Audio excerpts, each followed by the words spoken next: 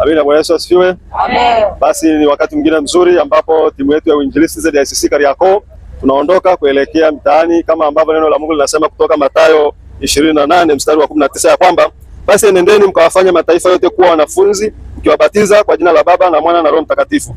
Basi ndio wakati wetu kama vijana kutumia vipawa na vipaji na nguvu tulizopewa na Mungu kwenda kuwavuna wengine kuja kwa Yesu ili waepuke kuangamizwa na mambo ya dunia. Amina jamani, vijana wa Mungu. Amen. Mungu awabariki sana na tunaomba Mungu atutangulie tunapokwenda ili tukafanye kwa uaminifu na kwa nguvu, na Mungu yuko upande wetu. Asanteni sana.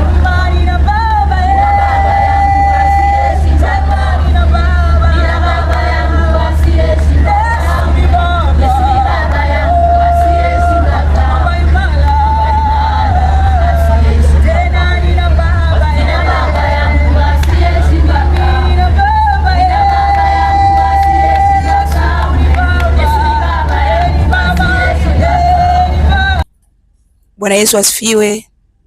Ni siku nyingine tena Mungu ameweza kutupa uzima. Ni ile timu ya Uinjilisti kutoka ZICC Kariakoo CS.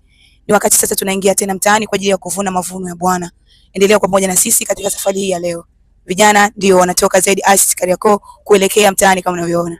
Safari yetu inaanza kama ifuatavyo.